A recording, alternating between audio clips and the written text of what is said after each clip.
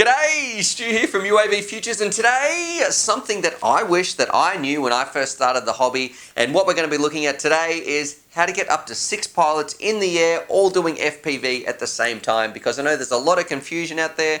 There's a whole bunch of different things, especially when you're looking at like the VTX channels and all that sort of junk. So pretty much what this is a guide for all you pilots out there who want to find out how you can fly with up to 6 people, all have relatively decent video and have a good FPV experience when you're all flying around together at the same time. Because if you're anything like me and you're absolutely quadcopter and FPV obsessed, you know that there's nothing better than flying around, especially when there's other people that you can fly around with as well. It just adds another element. It is so much fun, and maybe with this information you'll be able to start doing some of your own races at your own clubs and things like that. So that's what this whole video is aimed about. I'm going to be talking about the best 6 channels that you can use for 6 FPV pilots, and also some other little tips and tricks to making sure that everybody has the clearest video possible. Anyway, enough rambling, let's jump right in, and the first thing we're going to look at is I'm going to be showing you the best 6 channels that you can fly with.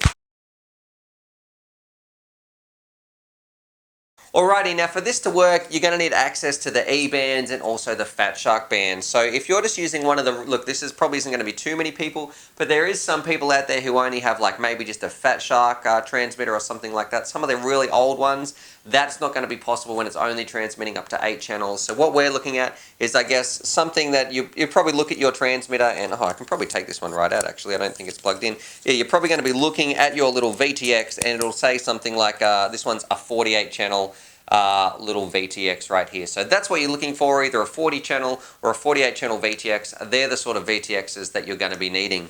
Now, regarding the actual channels themselves, you make sure you have access to your little dip switches here. So whether it be dip switches, whether it's some of them have a press button and some of them have little LEDs, well, regardless of whatever it is, make sure that you can research and find out exactly how you change your channels and how to find out what one that those switches are actually going to be on. So make sure you have like maybe a little chart so you can find out exactly what channel you can put your VTX on. Alrighty, so let's jump in to the 6 channels that you need. So these are the 6 that I found work best for me. So they are going to be, I'm going to flash a little something on the screen here so you can see, and it's just a very, very simple little table. So that's going to be channel E4, which is frequency 5645, E2, which is 5685, F2, which is 5470, F4, which is 5800, F7, which is 5860, and E6, which is 5905. And you can see that's pretty much, that's sort of spaced right throughout the band at some fairly big distances apart. There's not going to be too many harmonics in there as well, which means the channels shouldn't be overlapping or they shouldn't be sort of interfering with each other too much.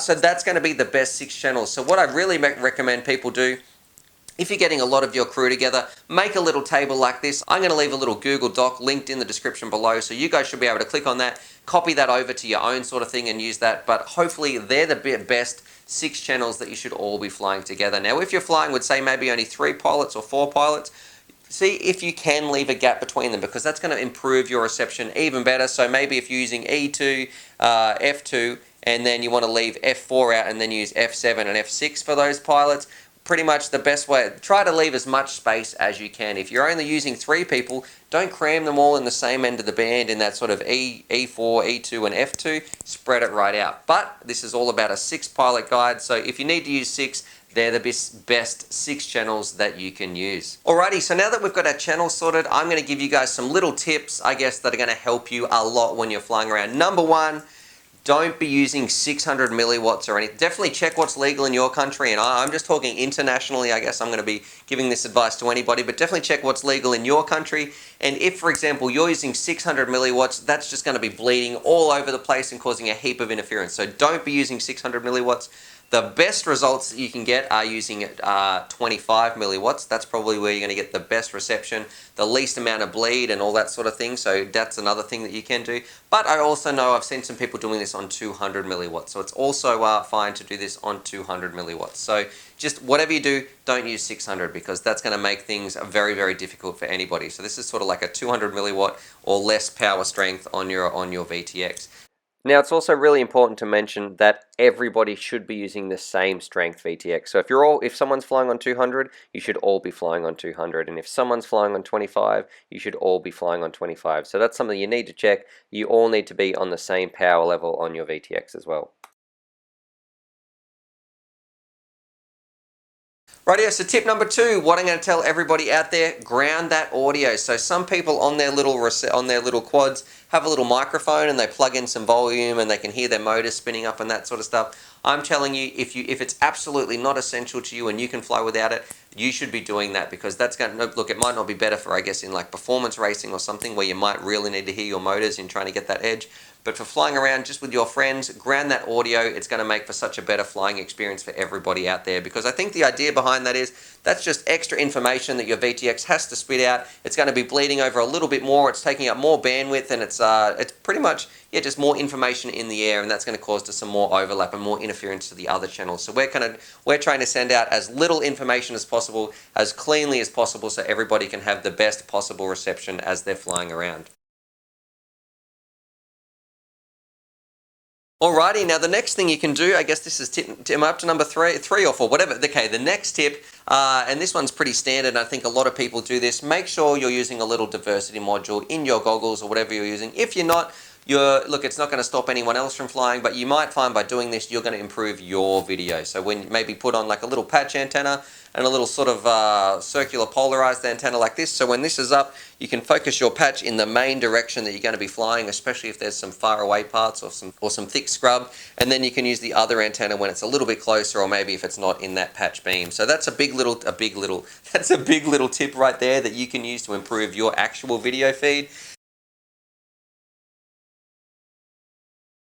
Righty, and then moving on to let's just say tip number 5 for getting the clear video for everybody. That's all about track placement. Now, most people, when they go and they set up to fly, they seem to camp. I don't know how I should actually get a piece of paper and draw this out. So hang on 1 second. I'm going to go off, draw a little map, and then come back. Alright, so I'm back here with my cartographer's map. You know, I can tell I did cartography in uni. Is that even how you say it? Anyway, it's very, very accurate, but you can see I've got 2 placements, and this is all about where are you going to sit, where is your crew going to sit when you're actually flying, because if you're like me, when I first started out, this is probably where we'd sit. So just here on little spot number A, you can see it's very close to the track, you know, and if you crash, I used to sit the place where I'm going to probably be crashing the most, because I was too lazy to go over and pick up my gear.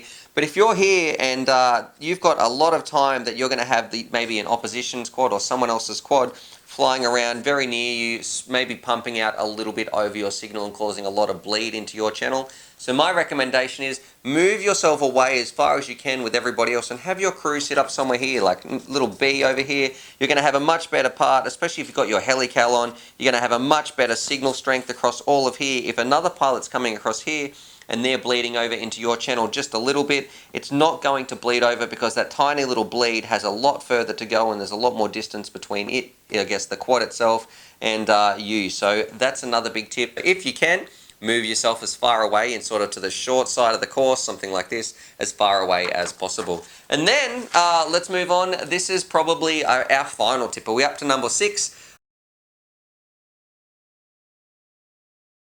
Number 6, if you can, get some left hand and right hand polarized antennas and alternate. So if E2 is right hand, E4 should be left hand. So, and just alternate all the way up that chart. But I understand that's a little bit more money, and not everybody wants to invest in a whole set of another antennas.